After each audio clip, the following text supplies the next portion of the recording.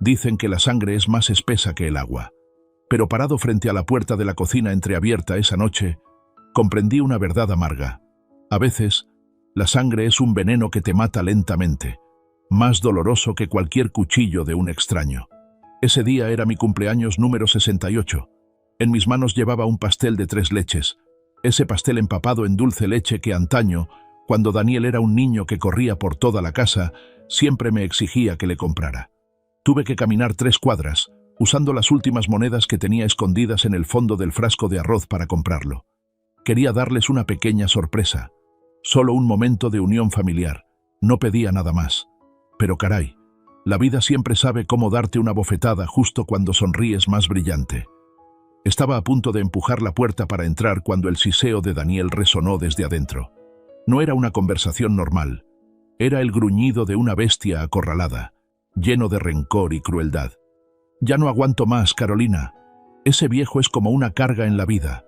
Es un parásito, senil, camina arrastrando los pies como un cadáver.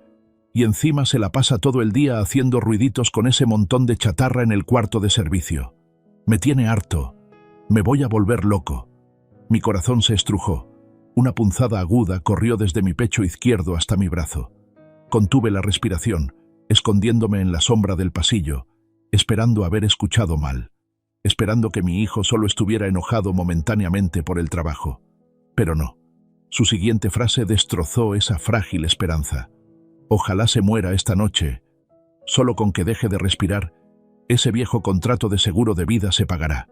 Ese dinero es suficiente para pagarle a los del Tiburón y deshacerme de la basura que hay en el cuarto de servicio». Me quedé petrificado. El plato del pastel en mis manos de repente pesó como plomo. Mi hijo, el niño por el que una vez vendí hasta mi alma para salvar, ahora deseaba mi muerte para cobrar el seguro y pagar sus deudas de juego. Y entonces, la risa de Carolina resonó. Hija de la chingada. La risa de mi nuera sonaba cristalina como campanas de viento, pero fría hasta los huesos. «No te preocupes, cariño. Se me olvidó comprarle su medicina para el corazón esta semana. Deja que le dé el ataque de asma un par de veces. Dios se lo llevará. Dios se lo llevará pronto. Para entonces, ese cuarto de servicio asqueroso de él será mi armario para los bolsos. Ya estoy harta de que el olor a aceite de máquina se le pegue a mi ropa. ¡Madre mía!». El pastel de 3 leches se resbaló de mis manos.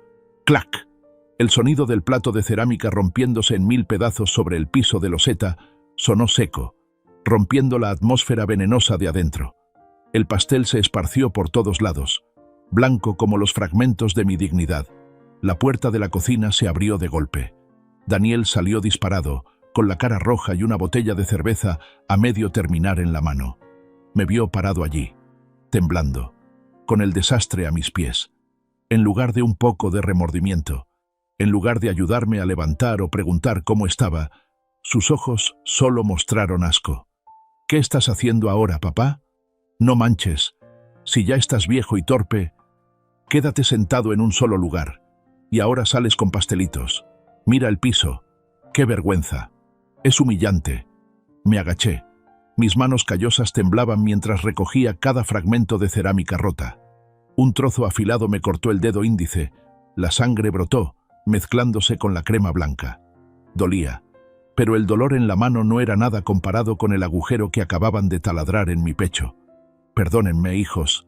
Mi voz se quebró, sonando como el viento silbando por una rendija estrecha. «Solo quería felicitar». «¿Felicitar?». Carolina salió, cruzada de brazos, mirándome como si fuera una cucaracha. «Papá, por favor, métase a su cuarto. No deje que las visitas de Daniel lo vean con esa facha de mendigo. Nos avergüenza frente a la gente». No dije ni una palabra más. Sin discutir, sin reproches. Me levanté silenciosamente, escondiendo la mano sangrante detrás de mi espalda, y arrastré mis pasos pesados hacia el cuarto de servicio al final del pasillo. Esa noche, me senté en la oscuridad, escuchando los sonidos de la fiesta que venían de la sala. Me pregunté: «Ernesto, ¿en qué te equivocaste? ¿Desde cuándo has estado criando a un cuervo que te sacará los ojos? O tal vez, desde el principio, fui un fracasado al creer que el sacrificio silencioso se pagaría con amor». Antes de continuar, suscríbete al canal Y cuéntanos desde dónde nos escuchas en los comentarios de abajo. Mi habitación, si es que se puede llamar habitación a este hueco en la pared de 6 metros cuadrados, está en el rincón más escondido del departamento. Originalmente era una bodega para cosas viejas, sin ventanas, sin sistema de ventilación. El verano en México es caliente como un horno. Y en invierno, el viento se cuela por la rendija de la ventana del pasillo, calando hasta los huesos. Pero no me quejo. Para un viejo considerado un parásito como yo, tener un lugar donde meterse ya es una bendición.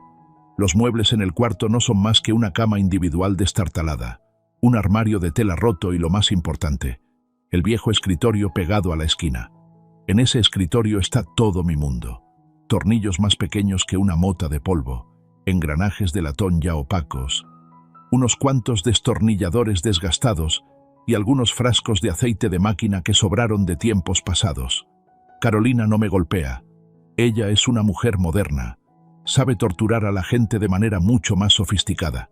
Ella me mata con una atención llena de cálculos.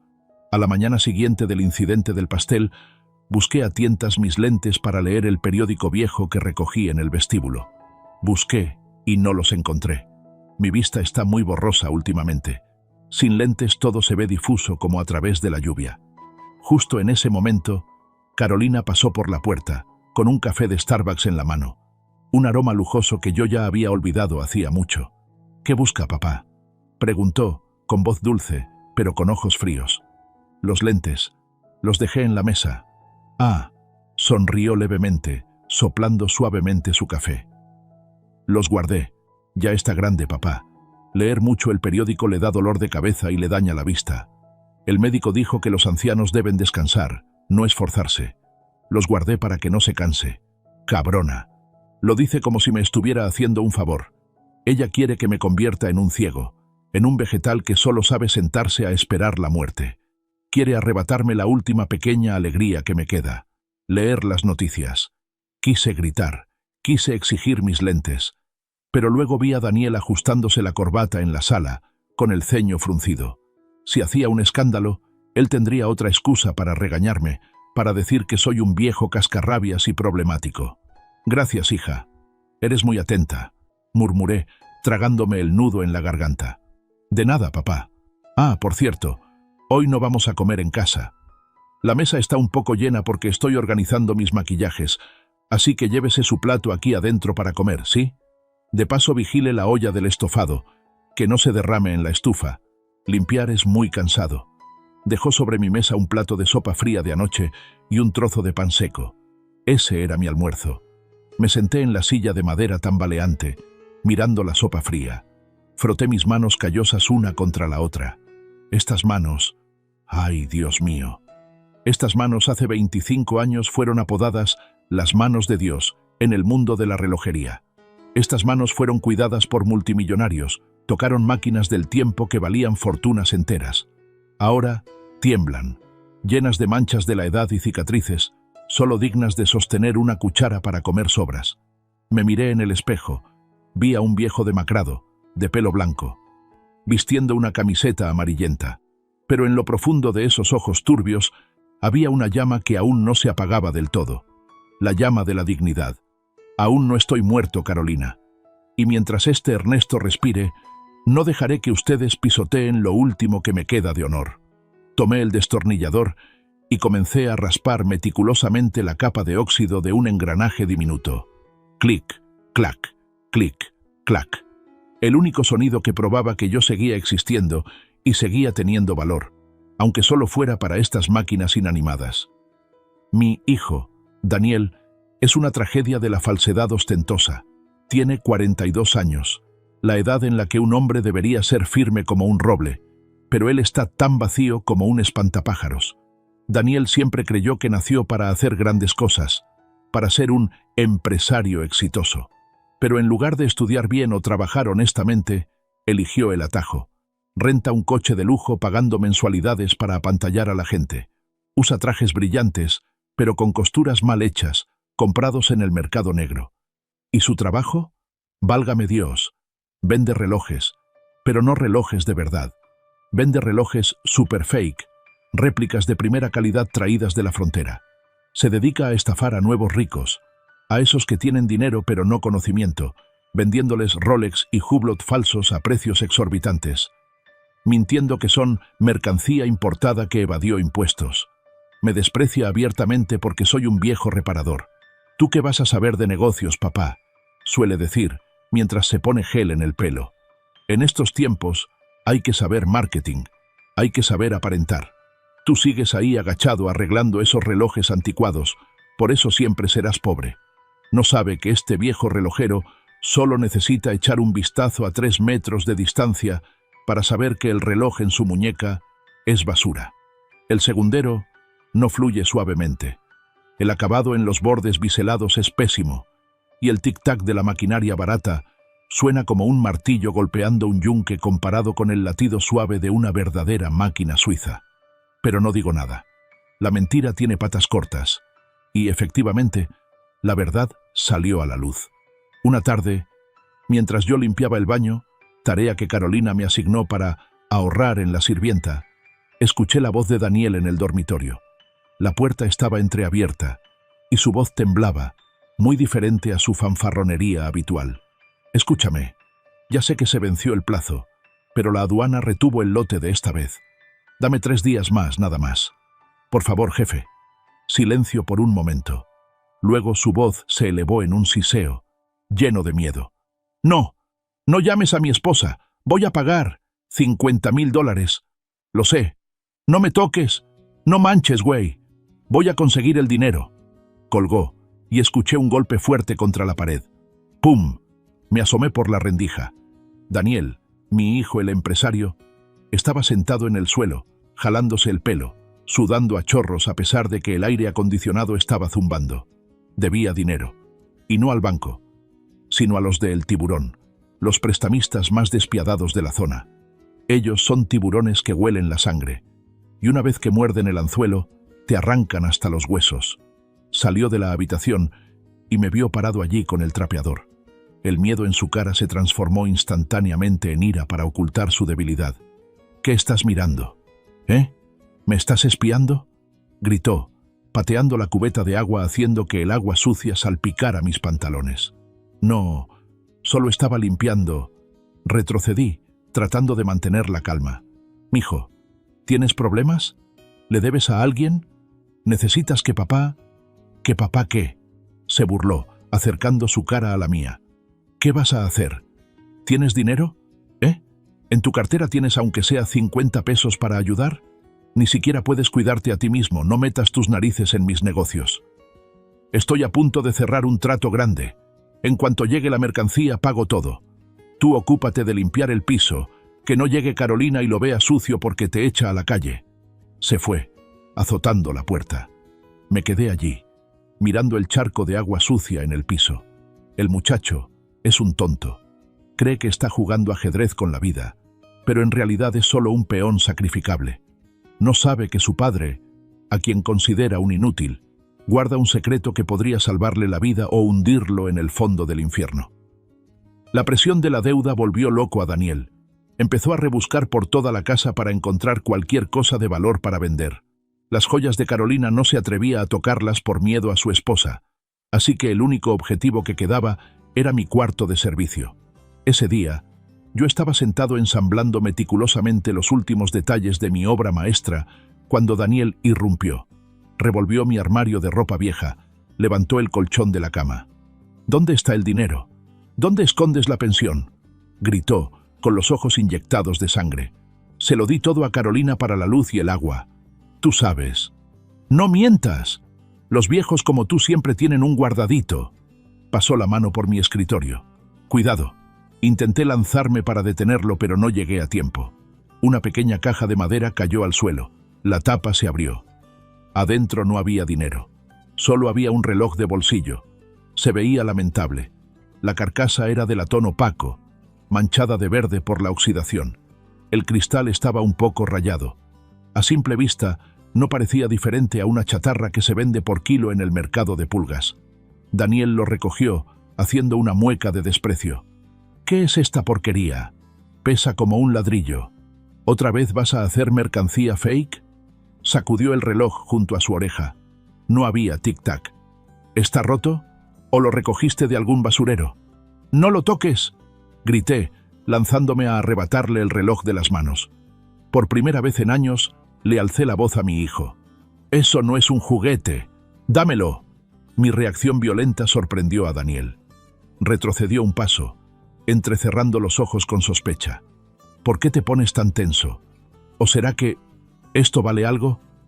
Me arrebató el reloj de nuevo, examinándolo más de cerca. Dentro de esa carcasa de latón fea estaba el trabajo de 10 años de mi vida. Era un mecanismo turbillón doble, con un sistema de equilibrio de gravedad que yo mismo fabriqué, engranaje por engranaje, tornillo por tornillo. Usé mi mano izquierda, la que aún servía, para pulirlo cada noche.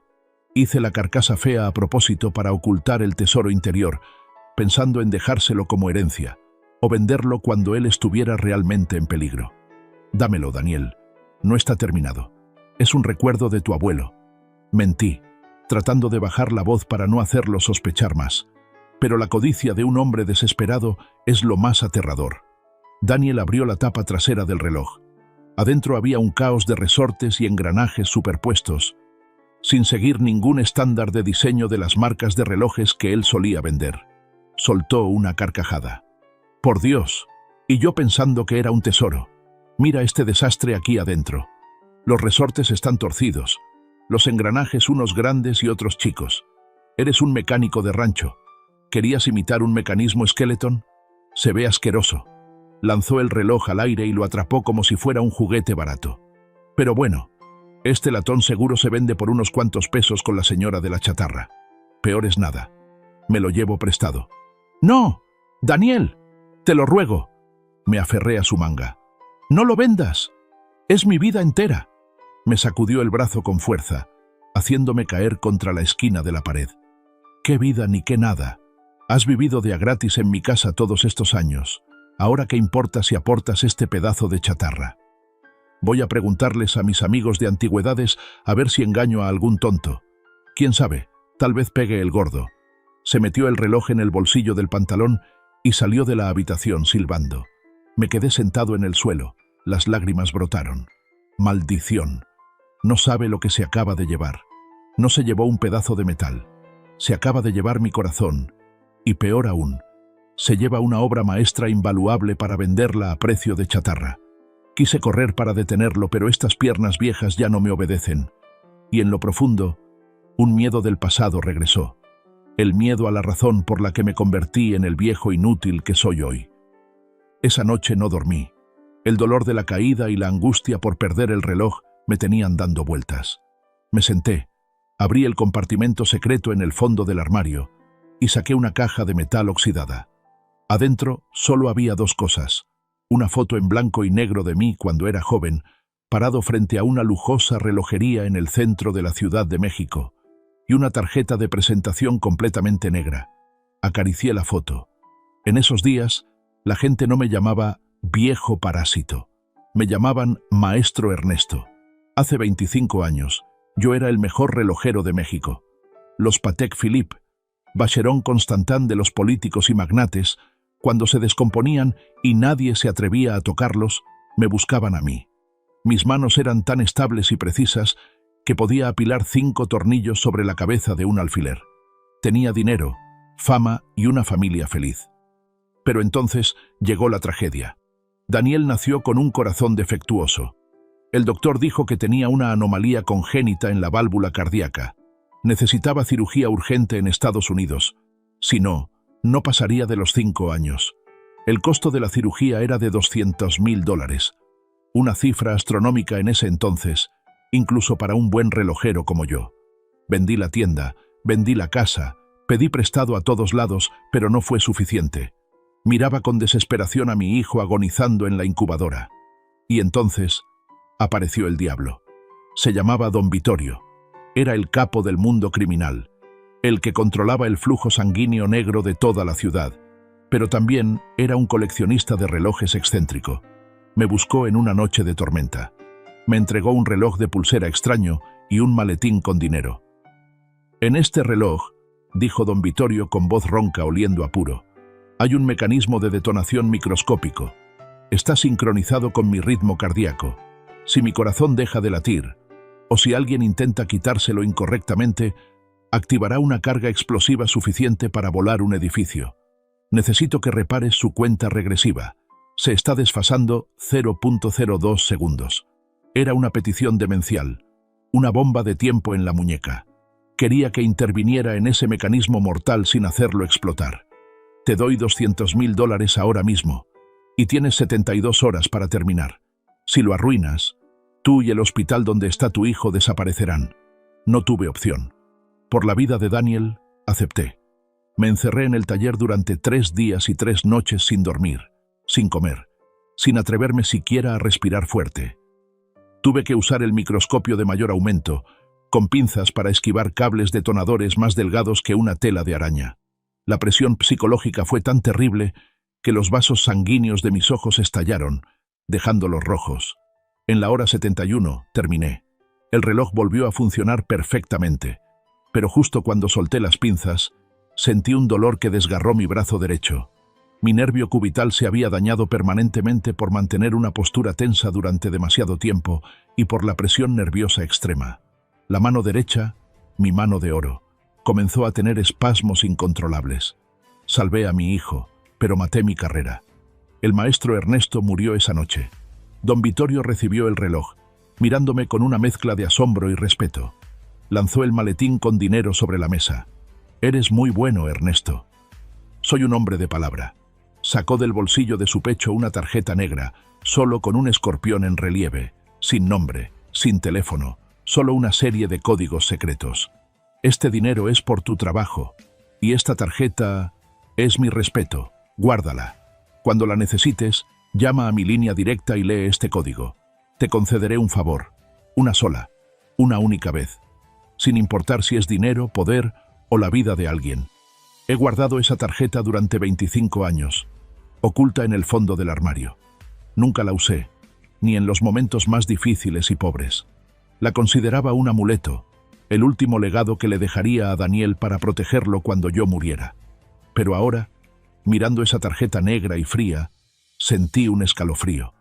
Daniel está en problemas con los de El Tiburón. Mi obra maestra ha sido robada. Tal vez el momento de usar este contrato con el diablo está más cerca de lo que pensaba. Dios nos perdone. Me quedé en casa, con el alma ardiendo, contando cada segundo al compás del viejo reloj de pared.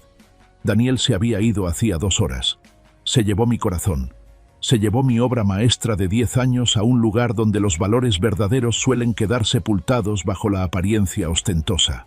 En el centro de la ciudad, Daniel entró a la joyería imperial, la tienda más lujosa, donde hasta la manija de la puerta está chapada en oro brillante. Se ajustó la corbata chueca, tratando de aparentar ser un coleccionista experto, aunque el sudor le empapaba la espalda de los nervios. Podía imaginar la escena claramente, como si estuviera parado junto a él.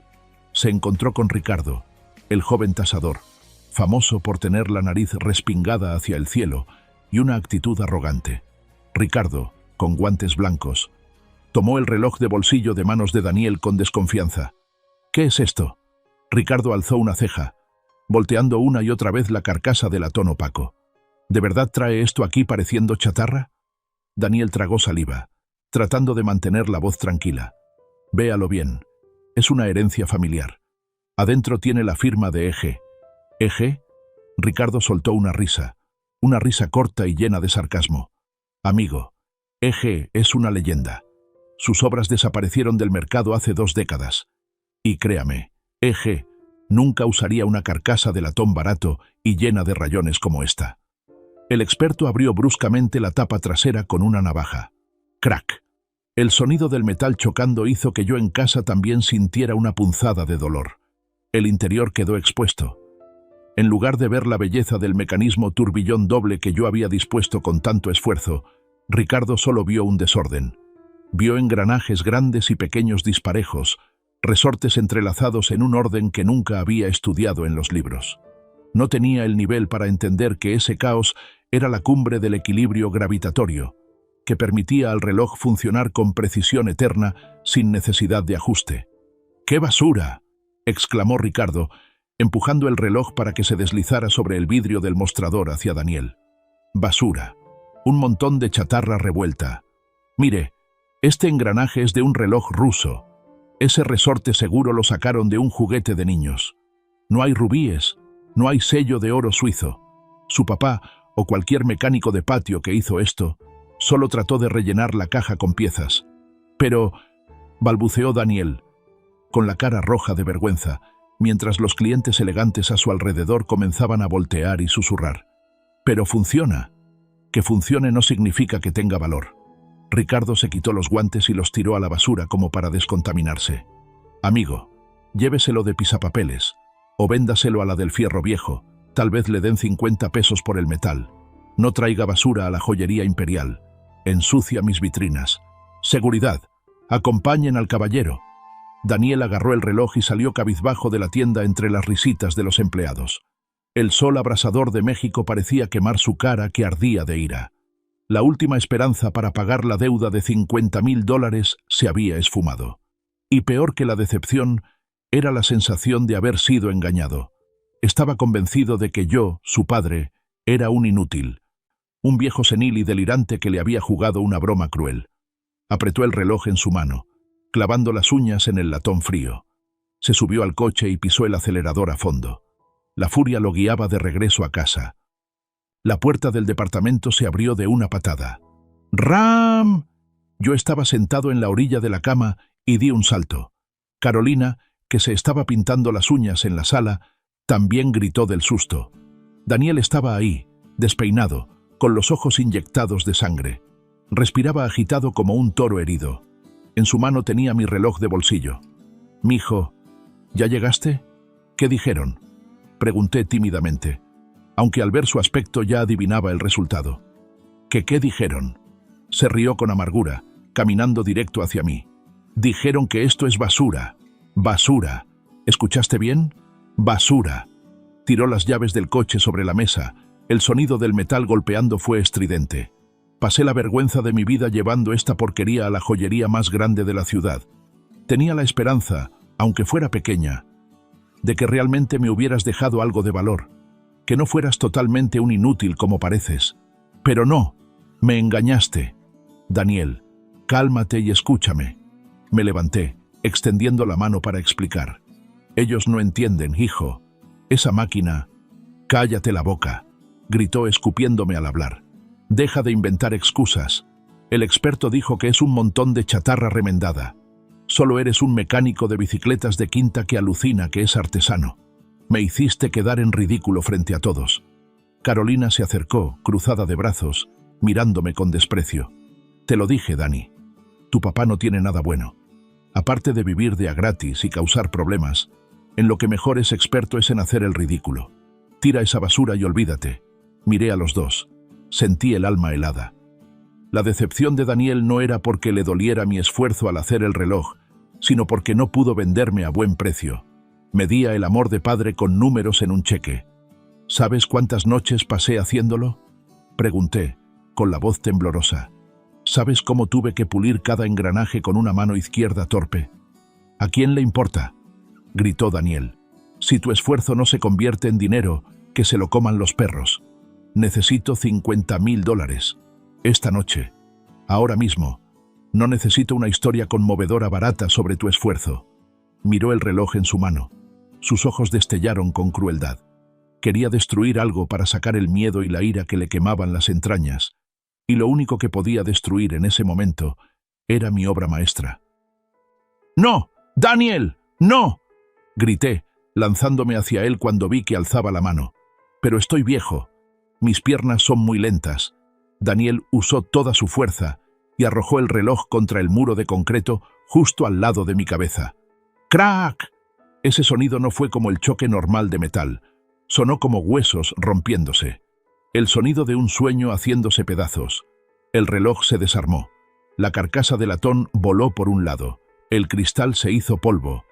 Y lo más doloroso, el mecanismo turbillón complejo de adentro, el corazón mecánico al que le dediqué 10 años para darle vida, salió volando por todo el piso. Los pequeños engranajes rodaron bajo el mueble. Los tornillos invaluables se hundieron en las grietas de la loseta. El resorte de equilibrio se rompió, quedando encogido como un gusano muerto. Caí de rodillas. Me golpeé contra el piso. Dolió horrible, pero no sentí nada. Me arrastré por el suelo, mis manos temblorosas recogiendo cada fragmento.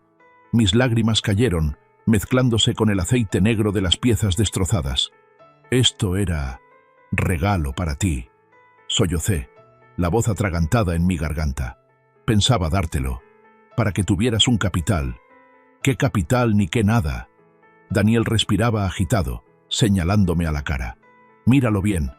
Ese es tu valor. Hecho pedazos. Inútil. Basura. Carolina, recargada en la puerta, pateó un engranaje hacia mí. Límpialo bien. No dejes vidrios que se le puedan clavar a Daniel. Él ya está muy estresado. No des más problemas. Junté los pedazos en la palma de mi mano, apretándolos. Los vidrios afilados me cortaron la piel. La sangre fresca brotó, goteando en el piso. ¿Por qué? Levanté la vista hacia mi hijo. ¿Por qué eres tan cruel? ¿Cruel? Daniel soltó una risa forzada, una sonrisa torcida, de loco. ¿Dices que yo soy cruel? La vida ha sido cruel conmigo. Esta noche vendrán los del tiburón. Si no ven el dinero me van a matar. Y todo es tu culpa. Por tu culpa que eres pobre. Porque no me dejaste ni un centavo. Me culpaba a mí. Culpaba mi pobreza por sus errores, sus vicios, su ambición ciega. Bajé la cabeza, viendo cómo mi sangre empapaba los engranajes del reloj. Me di cuenta de que lo que se acababa de romper no era solo una máquina del tiempo. Lo que se rompió fue el último hilo frágil de afecto que me ataba a esta familia. Me levanté en silencio, envolviendo los pedazos en un trapo viejo. No dije ni una palabra más. El dolor había superado el límite de las palabras. El reloj de pared marcó las 10 de la noche. Afuera empezó a llover. Las gotas pesadas golpeaban el vidrio como ráfagas de ametralladora. El aire en la casa se espesó, tan tenso que se podía cortar con un cuchillo. Daniel estaba sentado en el sofá, con la cabeza entre las manos, la pierna temblando sin control. Carolina caminaba de un lado a otro, rascándose las uñas. Sabían que la hora del juicio había llegado. Y entonces llegó. ¡Ram! ¡Ram! ¡Ram! Los golpes en la puerta sonaron como truenos. La puerta de madera delgada vibró como si fuera a salirse de las bisagras. ¡Abran la puerta, cabrones! Una voz grave, apestando a muerte, resonó desde afuera. Daniel dio un salto. Se le fue el color de la cara. Saltó y retrocedió detrás del sofá como un niño asustado de un fantasma. «No abras, no abras», murmuraba, castañeteando los dientes. Pero ellos no esperaron. Otra patada fuerte. ¡Crack! El cerrojo se rompió. La puerta se abrió de par en par. 3 hombres entraron trayendo el frío de la lluvia y un olor fuerte a tabaco. El que iba adelante era enorme como un oso, calvo, con un tatuaje en el cuello de un tiburón mostrando colmillos sangrientos. Era el Carnicero, el brazo derecho más efectivo de la banda de El Tiburón, famoso por usar cuchillos para convencer a los deudores. Entró a la sala, sus zapatos llenos de lodo dejando huellas negras en la alfombra blanca de Carolina. Los 2 secuaces se pararon en la puerta, con bates de béisbol en la mano. «Daniel, mi amigo». El Carnicero sonrió, mostrando dientes amarillos. «Escuché que te querías escapar de la deuda, ¿eh?» Yo no me escapo», balbuceó Daniel, con las manos arriba rindiéndose. «Solo estoy consiguiendo el dinero. Dame unos días más. Ya va a llegar la mercancía. Se acabó el tiempo, cariño». El Carnicero sacó de su cinturón un cuchillo brillante. Afiló suavemente la hoja contra la palma de su mano. El sonido rasposo era espeluznante. «A mi jefe no le gusta esperar. $50.000. O un dedo. Tú eliges». Se acercó. Carolina gritó, encogiéndose en un rincón, cubriéndose la cara con un cojín.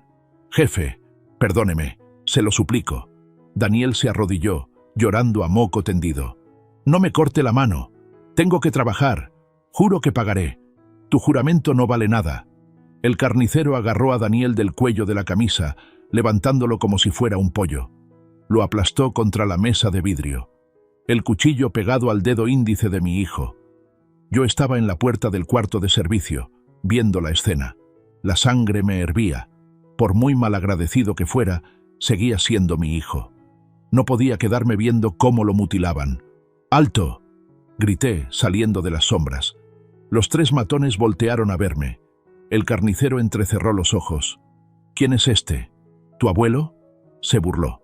Avancé, tratando de que no me temblaran las piernas. Suéltalo. Esto no tiene que ver con violencia. Podemos negociar. ¿Negociar?, escupió al suelo. Viejo, ¿con qué derecho negocias? ¿Tienes dinero? No tengo dinero. Pero, si no tienes dinero, cállate la boca. Lárgate antes de que te pique a ti también. Rugió, volviendo a presionar el cuchillo contra la mano de Daniel. Empezó a salir sangre. ¡Ay, ay, ay, me duele!, gritaba Daniel. Y en ese momento de vida o muerte, cuando el filo frío tocó la carne, mi hijo hizo algo que nunca olvidaré en mi vida. Algo que hizo que mi corazón muriera para siempre. El miedo a la muerte convirtió a Daniel en la bestia más cobarde.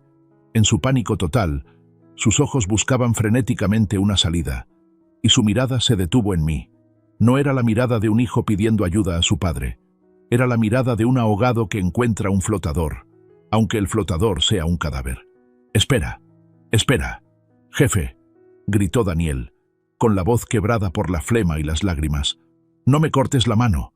Llévenselo a él». Usó toda su fuerza. Se soltó del carnicero y se abalanzó hacia mí. Me agarró de los hombros, me giró y me empujó con fuerza hacia el matón. «Aquí, aquí está mi papá. La casa está a su nombre». Me tambaleé, cayendo de bruces al suelo, justo a los pies del carnicero. La caída me dolió en el pecho. Se me cortó la respiración. Daniel retrocedió, escondiéndose detrás de Carolina, señalándome temblando. «Tiene un seguro de vida. Vale $100,000. Mátenlo a él. Tendrán el dinero ya. No me maten a mí. Él ya está viejo. Ya vivió suficiente. Si él se muere, todo se arregla». La habitación se sumió en silencio. Hasta el carnicero se quedó pasmado ante tanta bajeza. Miró a Daniel. Luego me miró a mí, con un destello de desprecio en sus ojos. Yo estaba ahí tirado, con la cara contra el piso frío. No me atrevía a levantar la cabeza. No por miedo al cuchillo, sino porque no me atrevía a mirar a mi hijo a los ojos. Dios mío, mi hijo me acaba de vender.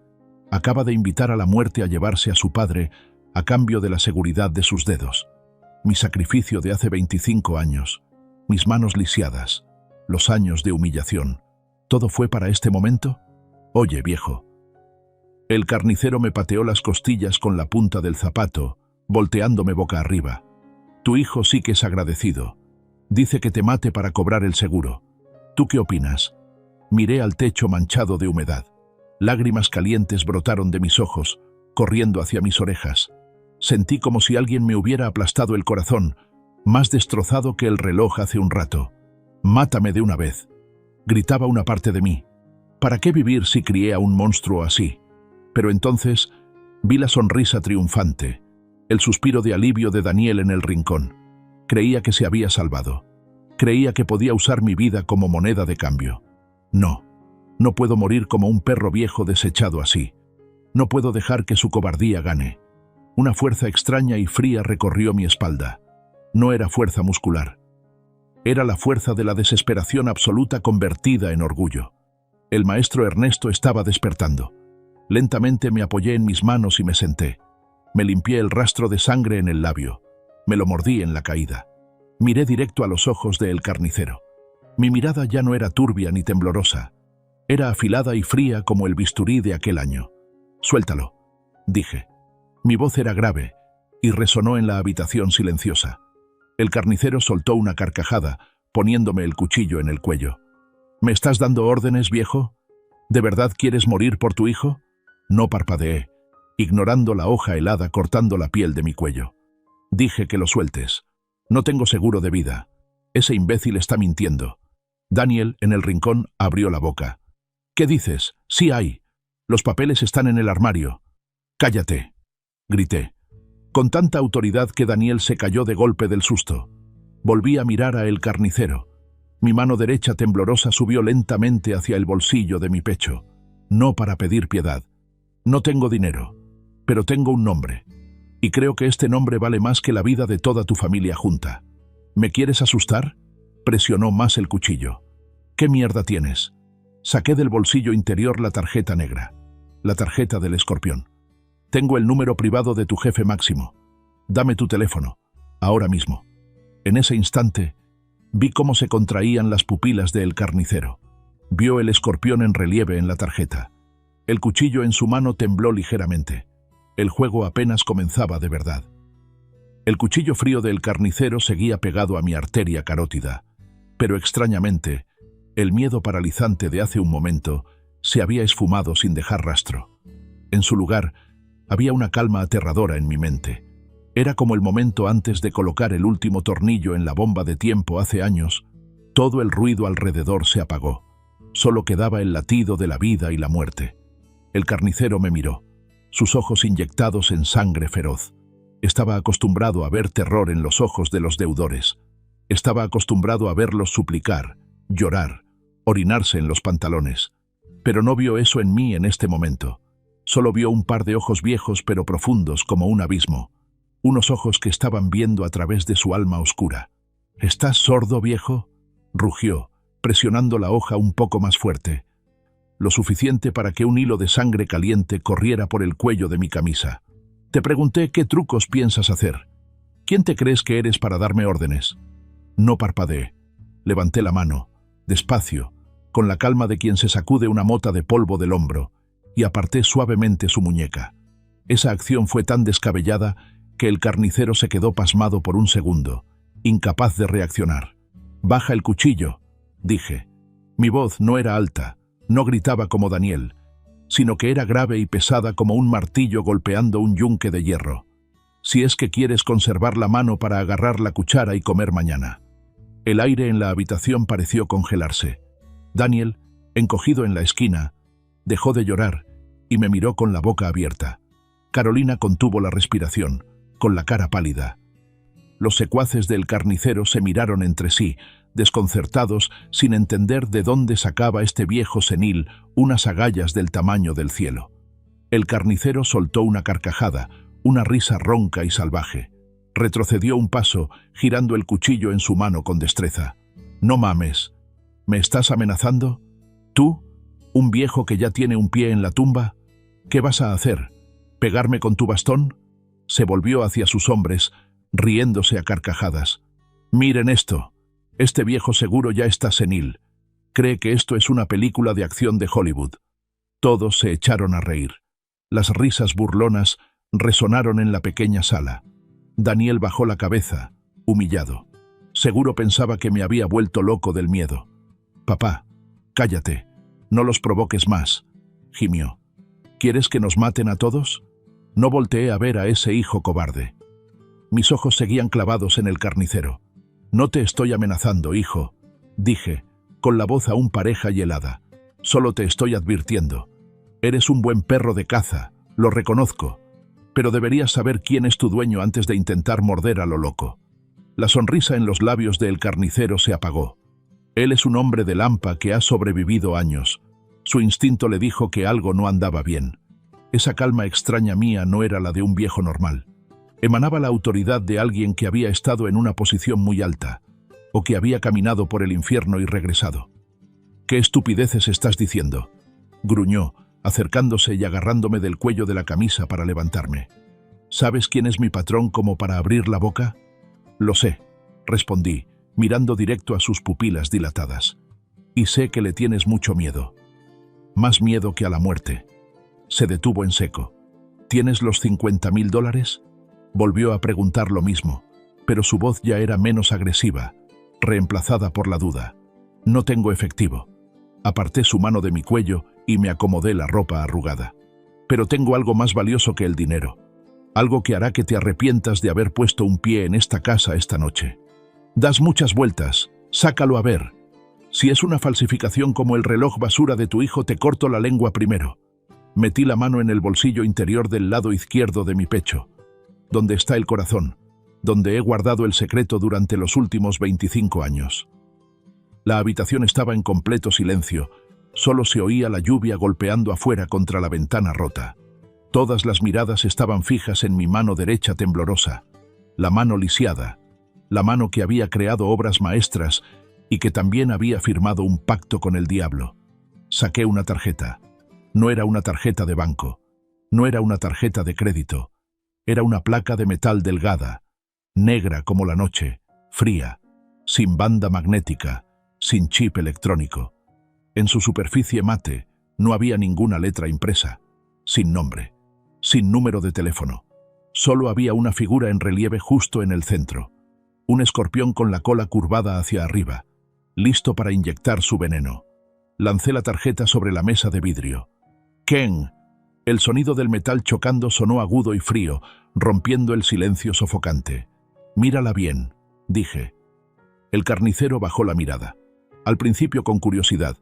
Bajó la cabeza, entrecerrando los ojos bajo la luz amarillenta. Pero en cuanto reconoció la figura del escorpión, vi cómo sus pupilas se contrajeron hasta hacerse diminutas como la cabeza de un alfiler. Retrocedió un paso, tan rápido que casi se tropieza con la pata de una silla. Su cara cambió del rojo del alcohol al blanco de un cadáver. «¡Madre de Dios!», exclamó con la voz quebrada. Se giró para mirarme con los ojos abiertos de par en par, lleno de horror e incredulidad.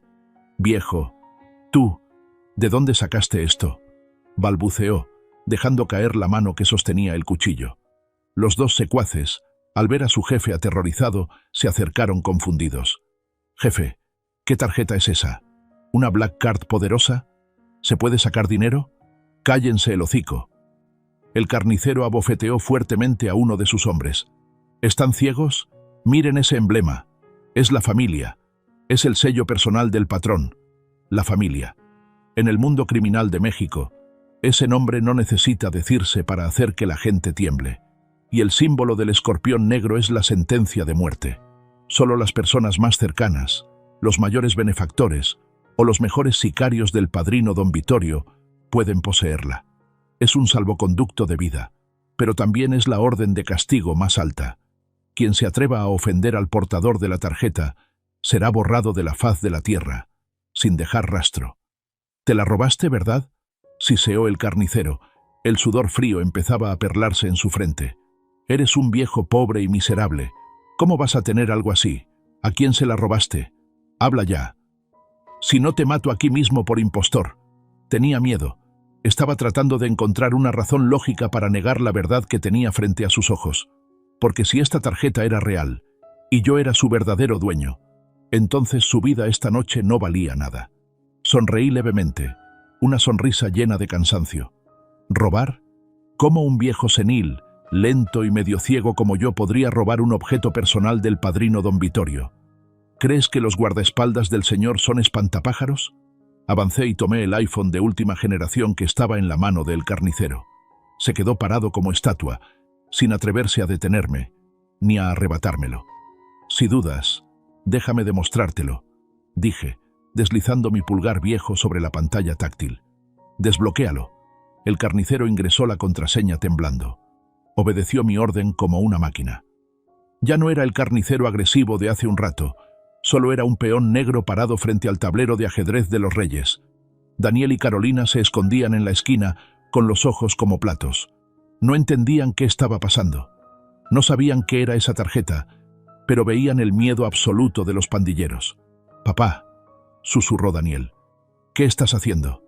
No respondí. Marqué en el teclado numérico. Esa serie de números nunca la guardé en la agenda, ni la escribí en papel. Estaba grabada en mi corteza cerebral durante los últimos 25 años, como una cicatriz que nunca sana. 9 dígitos. Cada número era un latido del pasado. Presioné el botón de llamar y puse el altavoz. «Tut, tut». El tono de llamada sonó constante, seco, en medio de la habitación silenciosa. Cada tono era como un martillazo en el pecho de todos los presentes. El carnicero tragó saliva ruidosamente. Conocía ese número. Era la línea roja de emergencia, el número que solo los líderes de más alto rango de la organización conocían. El número que iba directo a la oficina privada de don Vittorio, donde ninguna secretaria ni asistente tenía permiso de contestar. Si alguien contestaba al otro lado, el destino de todos nosotros quedaría sellado. Tut. Tercer tono. Nadie contestaba aún. Daniel empezó a moverse inquieto. ¿Papá está llamando a la policía? ¡No! ¡Nos van a matar! ¡Cierra la boca!, gritó el carnicero en voz baja, con los ojos pegados al teléfono en mi mano. De repente, el tono se cortó. Habían descolgado.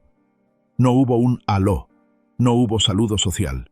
Solo se escuchaba una respiración pesada, ronca, el sonido de unos pulmones que han inhalado demasiado humo de puro y polvo del mundo durante décadas. Un silencio sofocante lo envolvió todo. La persona al otro lado estaba esperando, y la de este lado también. Respiré profundo, reuniendo toda la calma que me quedaba del relojero de antaño.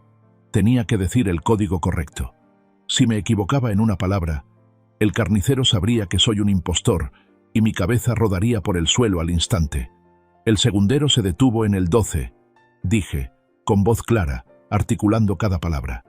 El engranaje número 4 está atascado.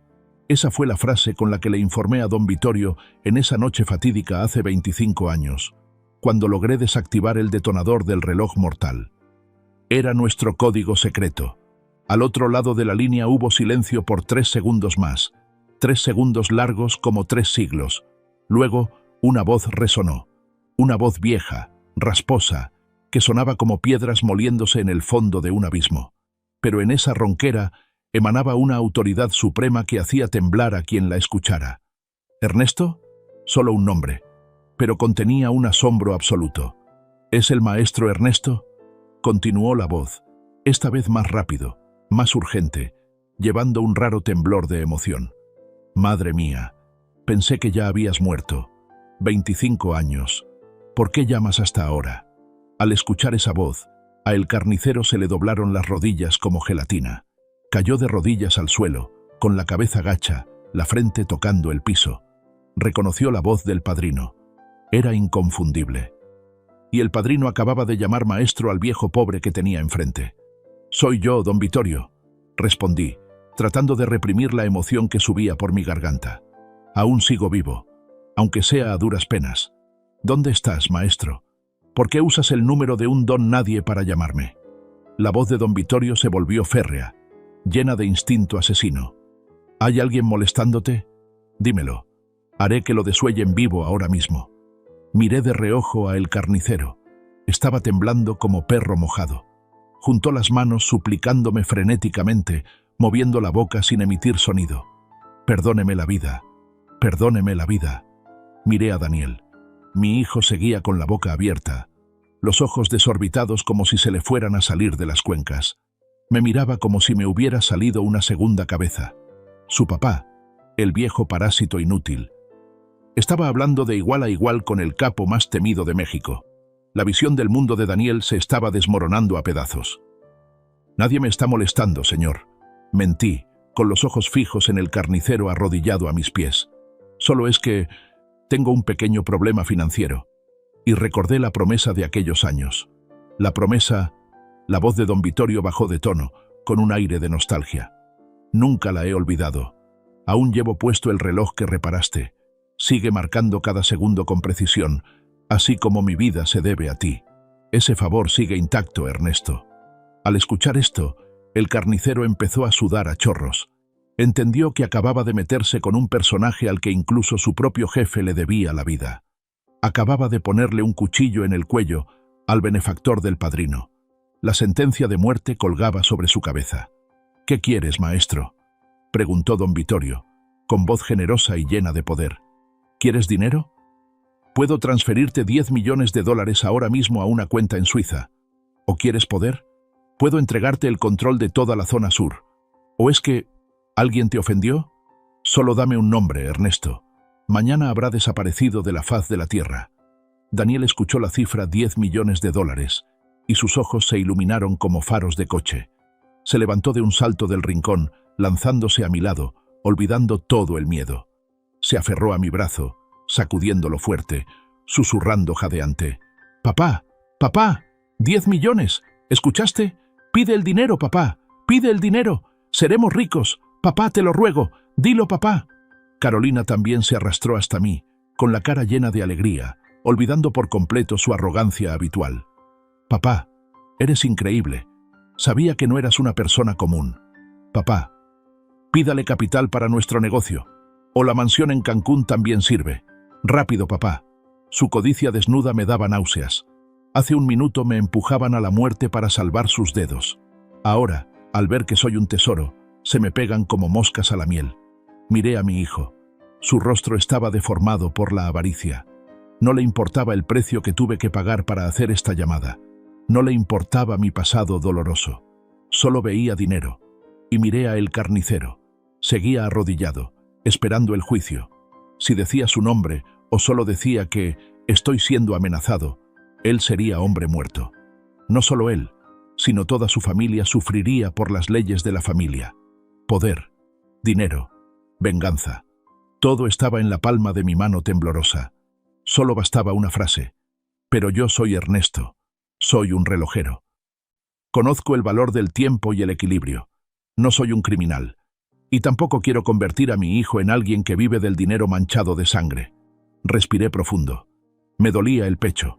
Este era el momento de tomar la decisión más difícil de mi vida.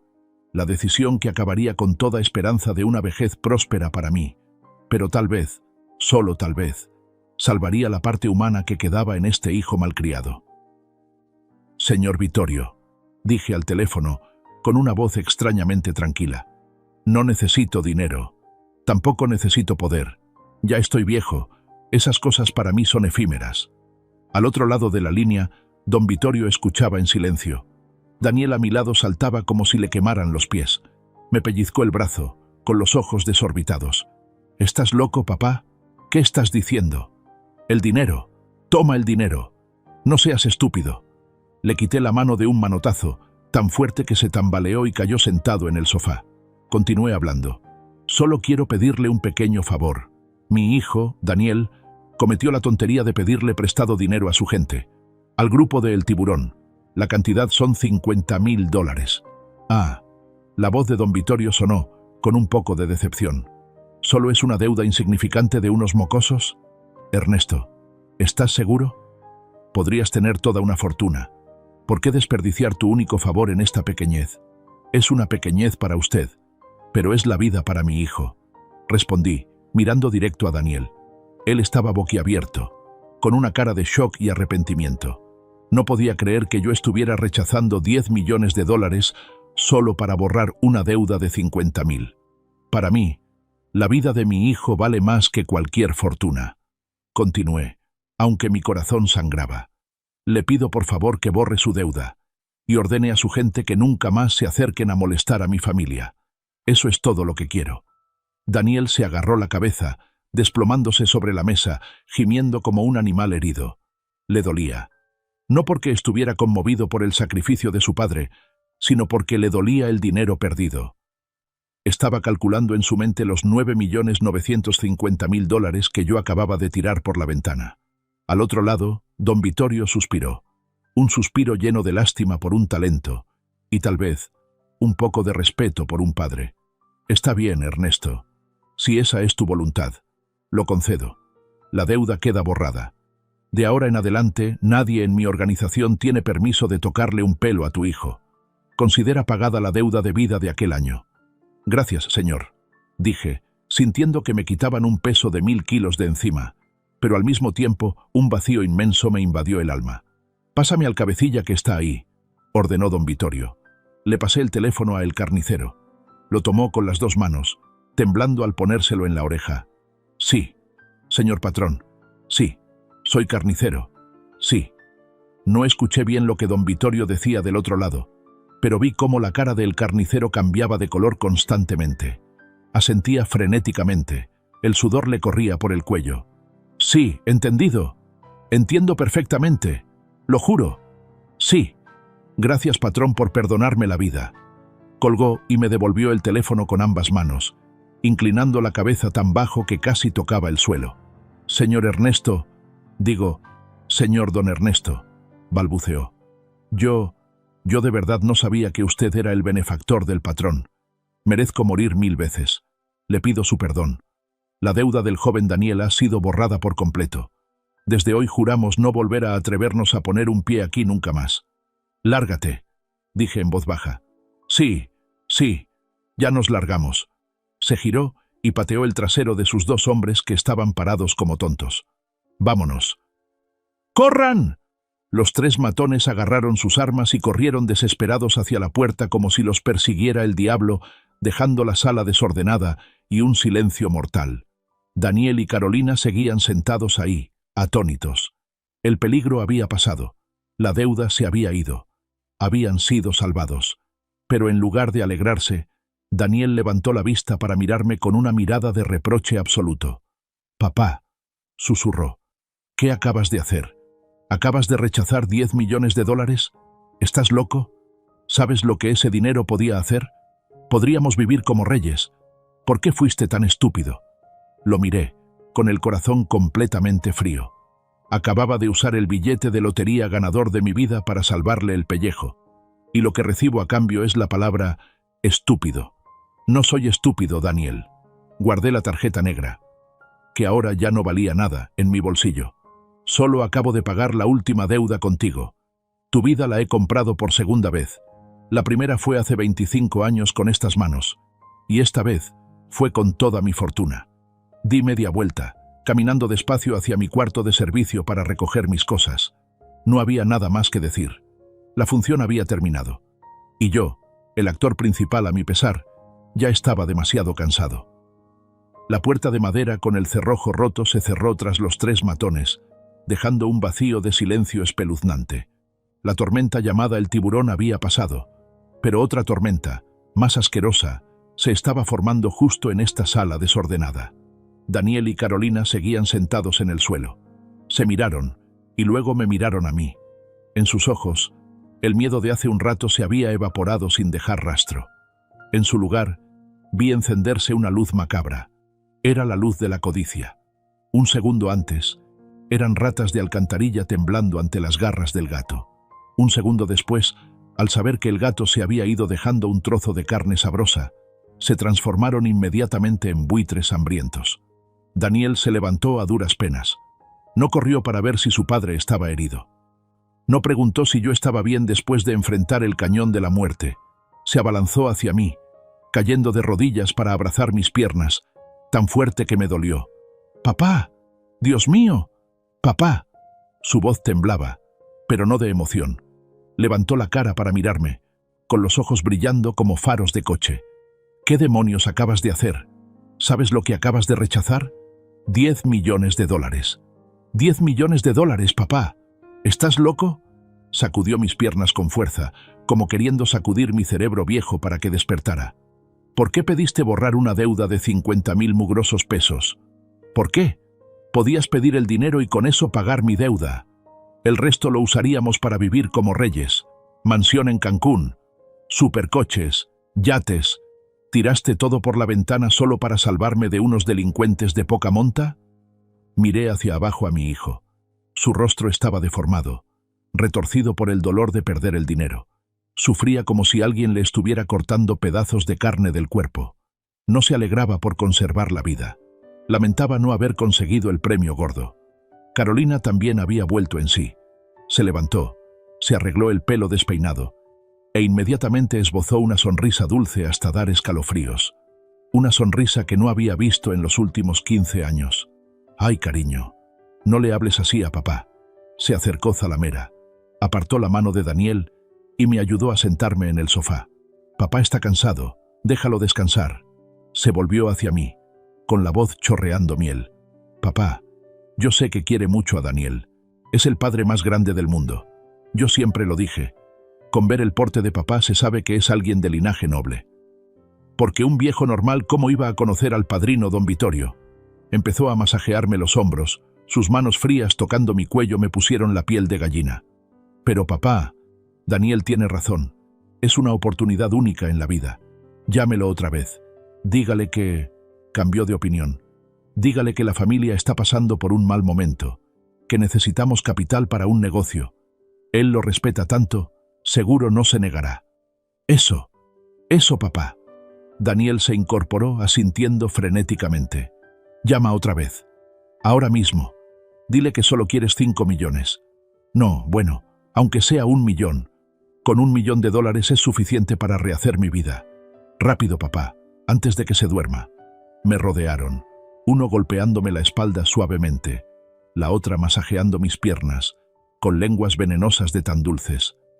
Olvidaron que hace apenas 15 minutos ellos mismos me empujaron hacia el cuchillo del carnicero. Olvidaron los insultos, las sopas frías, las miradas de desprecio de todos estos años. Ahora, a sus ojos, no soy el viejo Ernesto senil y parásito. Soy un cajero automático viviente. Soy la llave de oro para abrir la puerta del tesoro. Ya basta. Aparté bruscamente la mano de Carolina de mi hombro. La fuerza de mi ira la hizo tambalearse hacia atrás. ¿Ustedes no conocen la vergüenza?, pregunté, con la voz temblando de rabia contenida.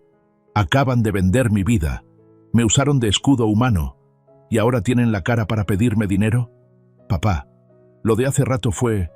La situación nos obligó, balbuceó Daniel, con todo el descaro del mundo. Estaba en pánico. No fue a propósito. Pero papá, el dinero es otra cosa. ¿Para qué tanto orgullo si vamos a sufrir? Con dinero se tiene todo, papá. ¿Con dinero se tiene todo? Me reí, una risa amarga desde el fondo de mi garganta. Tienes razón, Daniel, pero olvidas una cosa. Yo no tengo dinero, solo tenía un favor, y ya lo usé. Si ya lo usó, pida más, intervino Carolina, con la voz volviéndose chillona de nuevo. Usted es su salvador.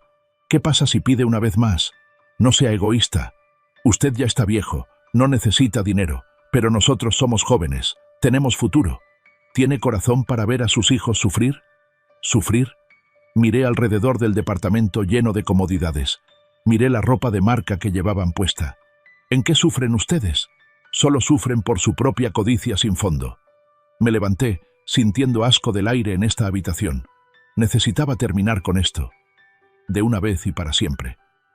Caminé lentamente hacia la esquina de la habitación, donde los fragmentos del reloj de bolsillo aún yacían esparcidos sobre el piso frío.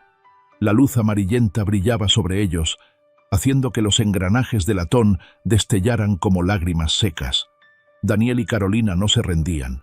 Me seguían, parloteando en mi oído sobre planes para hacerse ricos, sobre cifras millonarias ilusorias.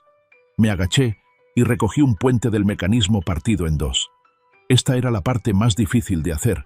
Tardé 3 meses solo en limarla para que encajara con el eje de equilibrio. Miren esto, hijos. Levanté el pequeño trozo de metal frente a Daniel. ¿Qué? ¿Esa basura? Daniel se molestó. Papá, deja ya tus locuras de viejo. Te estoy hablando de 10 millones de dólares y tú sales con este montón de chatarra. Este montón de chatarra, dije, con voz tranquila pero firme, vale 500.000 dólares americanos. La habitación se quedó en silencio de golpe. Daniel me miró con los ojos desorbitados. Carolina soltó una carcajada estrepitosa, una risa chillona llena de burla. Papá, ya le dio el delirio otra vez. ¿500.000 dólares? ¿Por este pedazo de fierro viejo? Papá, despierte. El tipo experto de la joyería ya dijo que es basura. Dijo que es basura porque es un imbécil, repliqué, con una mirada tan fría que apagó la sonrisa de Carolina. Él solo vio la carcasa de latón fea por fuera. No tiene el nivel para entender el núcleo de adentro. Señalé el montón de resortes y engranajes en el suelo. Este es un mecanismo turbillón de triple eje perpetuo, un diseño único que dibujé hace 30 años pero nunca había podido realizar. Durante 10 años, usé mi mano izquierda para fabricarlo. Un coleccionista suizo, el señor Hans, me ha estado persiguiendo durante 5 años para comprar los derechos del diseño y este prototipo. Me ofreció $500.000 en cuanto lo terminara. Al escuchar esto, la cara de Daniel empezó a cambiar de color. Miró al suelo, luego a mí, y luego otra vez al suelo. ¿Medio millón?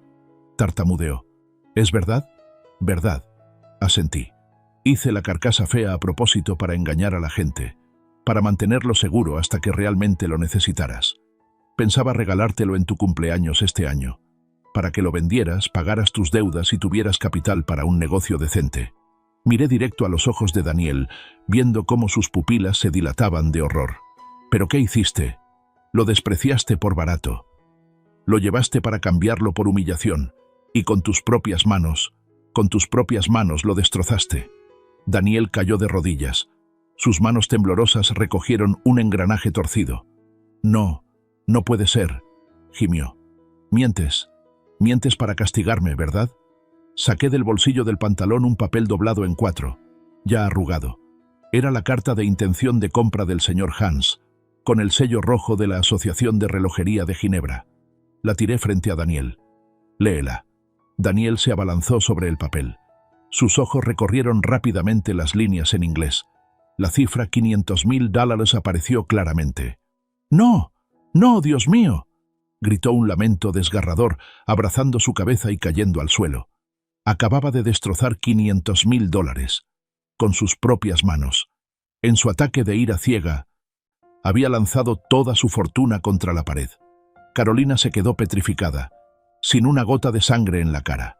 Miraba los pedazos rotos en el suelo como si viera su propio cadáver. $500,000, suficiente para comprar 10 bolsos Hermes, cambiar de coche de lujo, vivir cómodamente toda la vida. Y su marido acababa de convertirlo en basura literal. «¡Eres un imbécil!», Carolina se lanzó a rasguñar a Daniel. «¡Eres un estúpido! ¿Por qué lo rompiste? ¿Por qué no le preguntaste bien a tu papá? Arruinaste mi vida». «¡Cállate!», gritó Daniel, empujando a su esposa al sofá. Los dos empezaron a morderse y culparse mutuamente, mientras el montón de oro puro destrozado yacía frío a sus pies. Me quedé allí, viendo la tragicomedia frente a mis ojos. Ya no sentía dolor en el corazón. El dolor había superado el umbral de lo soportable y se había convertido en vacío. «Se acabó», dije. Mi voz resonó, cortando su pelea. Daniel levantó la cabeza, con la cara manchada de lágrimas y mocos. «Papá, todavía hay otra forma. Llama a don Vittorio. Pídele dinero. Son 10 millones. Si se perdieron los 500,000, ni modo, ganamos algo más grande». «¿Todavía no entiendes, Daniel?». Lo miré con lástima. «El favor de don Vittorio, ya lo usé. Pero lo usaste a lo tonto. Lo usaste estúpidamente. Llama otra vez. Dile que fue un error. No hay errores aquí. Con gente como don Vittorio, una palabra dicha es palabra de ley. Pedí borrar tu deuda. Él aceptó. El trato está hecho. Si llamo para pedir más, el primero en morir seré yo. Y luego ustedes por su codicia desmedida». Me acerqué a Daniel, inclinándome para mirarlo profundo a los ojos. «¿Sabes por qué usé ese favor para borrar una deuda de 50,000? ¿Y no para pedir 10 millones? ¿Por qué?», preguntó Daniel entre sollozos. «Porque no mereces 10 millones de dólares. Y tampoco mereces 50,000 dólares. Lo usé para comprar tu vida de nuevo. Porque después de todo eres sangre de mi sangre». Pero esa fue la última vez. Todo el mundo de Daniel se derrumbó. Se dio cuenta de que acababa de perder las 2 oportunidades de cambiar su vida en la misma noche. El reloj de $500,000, destrozado por sus propias manos. El favor millonario del padrino, desperdiciado por su propia estupidez y deudas. No le quedaba nada, ni dinero, ni contactos, ni futuro. Y lo más importante, acababa de darse cuenta de que el padre al que despreció y humilló durante años, en realidad era el único que tenía la llave de todos esos tesoros. Y él mismo había tirado esa llave. «Papá». Daniel se arrastró hacia mí, abrazando mis piernas de nuevo, pero esta vez ya no había agresividad, solo una desesperación débil. «Papá, no me dejes. Me equivoqué. Perdóname. Papá, vuelve a hacer el reloj. Tú puedes hacerlo de nuevo». «¿Hacerlo de nuevo?». Levanté mi mano derecha, la mano temblorosa, con los dedos engarrotados. «Mira esta mano, Daniel. Hace 25 años la sacrifiqué para salvar tu vida por primera vez. Hoy, usé lo último que me quedaba de honor para salvarte por segunda vez. No me quedan fuerzas para hacer nada más». Le quité las manos de mis piernas. «Estoy viejo. Estoy cansado». Di media vuelta, caminando despacio hacia el cuarto de servicio, la habitación pequeña y sofocante que me había aprisionado durante los últimos 15 años. Saqué de debajo de la cama la maleta de cuero vieja y gastada. La maleta que traje conmigo cuando pisé esta casa con la esperanza de una vejez tranquila junto a mis hijos y nietos. Ahora la uso para irme. Metí un par de cambios de ropa vieja, la foto en blanco y negro de mi esposa y una pequeña caja de herramientas. Los únicos amigos fieles que nunca me traicionaron. No me llevé nada más. No tomé nada que el dinero de Daniel o Carolina hubiera comprado. Cuando salí a la sala, los dos seguían ahí sentados, como 2 estatuas de cera derritiéndose bajo la luz. Carolina lloriqueaba por el dinero perdido. Daniel estaba sentado inexpresivo, mirando a la nada. Puse las llaves de la casa sobre la mesa. Clic. Esta casa, dije, la dejo a tu nombre. No la voy a vender, ni los voy a echar a la calle. No soy tan cruel como ustedes. Los ojos de Daniel brillaron con un rayo de esperanza frágil. Pero, continué, no canten victoria. La casa es lo único que queda. Yo ya no estaré aquí para pagar la luz, el agua, las reparaciones, ni para limpiar su basura. Miré alrededor del departamento lujoso pero frío. De ahora en adelante, tendrán que arreglárselas solos. Ya no hay un viejo parásito con quien desquitarse. Ya no hay un viejo relojero a quien exprimir. Y definitivamente, no habrá más favores cayendo del cielo. ¿A dónde vas, papá?, preguntó Daniel con voz ronca. A donde sea, con tal de no estar aquí, respondí. El mundo es muy grande, Daniel, y créeme, allá afuera hay extraños que me tratarán con más amabilidad que mi propio hijo. Arrastré la maleta hacia la puerta. El sonido de las ruedas sobre el piso de madera sonaba chirriante, como el rechinar de dientes del pasado. Pasé junto a la vitrina con las botellas de vino caras de Daniel. Pasé junto al estante de zapatos lleno de marcas de lujo de Carolina. Todas esas cosas frívolas ahora se veían tan baratas comparadas con el precio que acababan de pagar.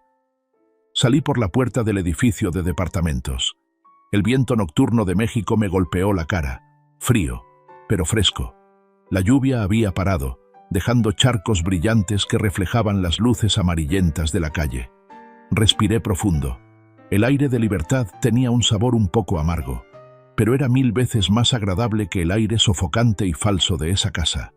No sabía a dónde iría. Tal vez regresaría al pueblo, a buscar a algunos viejos amigos. Tal vez buscaría una pensión barata. O tal vez vagaría por ahí. Pero no tenía miedo. Alguien que ha enfrentado al padrino, que ha caminado por el infierno en la tierra, ya no tiene nada que temer. ¡Papá! El grito vino de atrás. No necesité voltear para saber que era Daniel. Corrió tras de mí, descalzo, con la ropa desaliñada. Jadeaba, bloqueándome el paso. Me detuve y lo miré. ¿Qué esperaba? ¿Una disculpa sincera? ¿Un abrazo de arrepentimiento? No. Daniel me agarró la mano. Sus ojos se movían nerviosos. Papá, espera, antes de que te vayas. Tragó saliva, con una cara llena de cálculo cobarde. Dame el número de teléfono de don Vittorio. Al menos tienes que dejarme ese número. ¿Quién sabe si después él cambia de opinión? ¿Quién sabe si puedo contactarlo yo mismo para pedir trabajo? Si ya te vas, déjame ese número. No seas egoísta. Lo miré. Y por última vez, mi corazón se congeló por completo. No corrió para detenerme. Corrió para exigir el último resto de poder que creía que yo aún tenía. Seguía siendo él. No cambió. Y nunca cambiará. Me solté de su agarre, suavemente, como quien se quita una sanguijuela que ya chupó suficiente sangre. Daniel, dije, con voz grave y fría como un eco desde la tumba. Ese número ya fue borrado. Señalé mi pecho izquierdo y luego señalé su cabeza. Fue borrado del teléfono, borrado de la agenda y borrado de esta vida, así como tu nombre en mi testamento. Papá, y, añadí, acercándome a su cara, mirando profundo en sus ojos miserables, no intentes contactarlo. Don Vittorio prometió perdonarte la vida por mí, pero si tú mismo llevas tu trasero a molestarlo, no estoy seguro de que encuentren tu cuerpo en ningún basurero. Dicho esto, tomé mi maleta y caminé. Daniel se quedó petrificado bajo la luz tenue de la calle. Se quedó allí, solo, con las manos vacías, con una deuda de vida acumulada y un arrepentimiento tardío que lo carcomería por el resto de sus días. Entré en la oscuridad del callejón, pero frente a mis ojos, el camino se iba iluminando.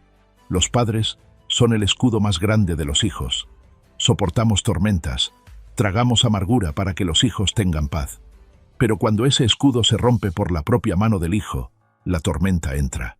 Y en ese momento, ninguna súplica, ninguna lágrima puede volver a repararlo. Adiós, hijo. Si esta historia te ha cautivado, dale like al video, suscríbete al canal y comparte tus pensamientos en los comentarios. Para escuchar la siguiente historia, haz clic en el recuadro a la izquierda de la pantalla. Gracias por vernos.